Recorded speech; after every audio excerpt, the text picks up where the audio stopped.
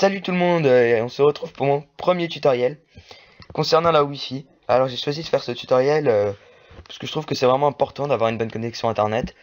Et puis si on a une mauvaise connexion, bah ça peut souvent être très rageant et on peut pas vraiment se renseigner vu que la connexion nous l'empêche. Alors moi j'en ai profité pour me renseigner sur internet et j'ai testé plusieurs méthodes, plus ou moins difficiles. Et puis j'ai pu voir que la méthode la plus simple était la plus approuvante. Alors moi, c'est celle que je vais vous présenter. Vous allez voir, c'est pas très compliqué. Il n'y a pas besoin d'internet d'ailleurs. Et on va faire tout ça ensemble.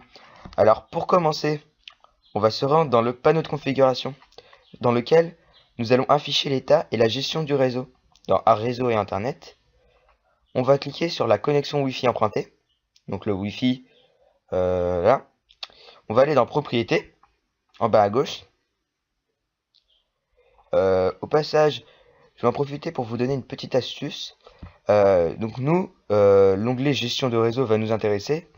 Mais si vous êtes intéressé par le partage de connexion internet, par exemple si vous êtes dans un hôtel et que vous avez payé pour avoir une connexion internet euh, et non pas deux, alors vous allez vous rendre en partage, ici là, et vous allez autoriser d'autres utilisateurs du réseau à se connecter via la connexion internet de cet ordinateur. Ça veut dire que vous faites un partage de connexion en fait. N'importe qui pourra se connecter à votre Wi-Fi en indiquant bien sûr le mot de passe. Donc vous cochez cette case, vous faites OK. Nous, ce n'est pas cela qui nous intéresse. C'est une petite astuce au passage, bien sûr. On va encore se rendre sur gestion du réseau internet, bien sûr. On va aller en bas de la liste déroulante, donc dans protocole internet version 4 TCP IPv4. On double-clique dessus. Et alors, dans votre cas, la case obtenir les adresses des serveurs DNS automatiquement est cochée. Donc nous, on va cocher la case utiliser l'adresse de serveur DNS suivante, donc bien sûr dans cette partie inférieure de la page. Et dans le serveur DNS préféré, on va mettre 8, 8, 8, 8. Donc pas très compliqué, vous voyez. Et dans serveur DNS auxiliaire, 8, 8. Et attention, 4, mince, excusez-moi, 4 et 4. Donc voilà, bien sûr, on valide les paramètres en quittant, donc ça c'est vraiment important, sinon ça ne sert à rien. Tout ce qu'on vient de faire ne sert à rien.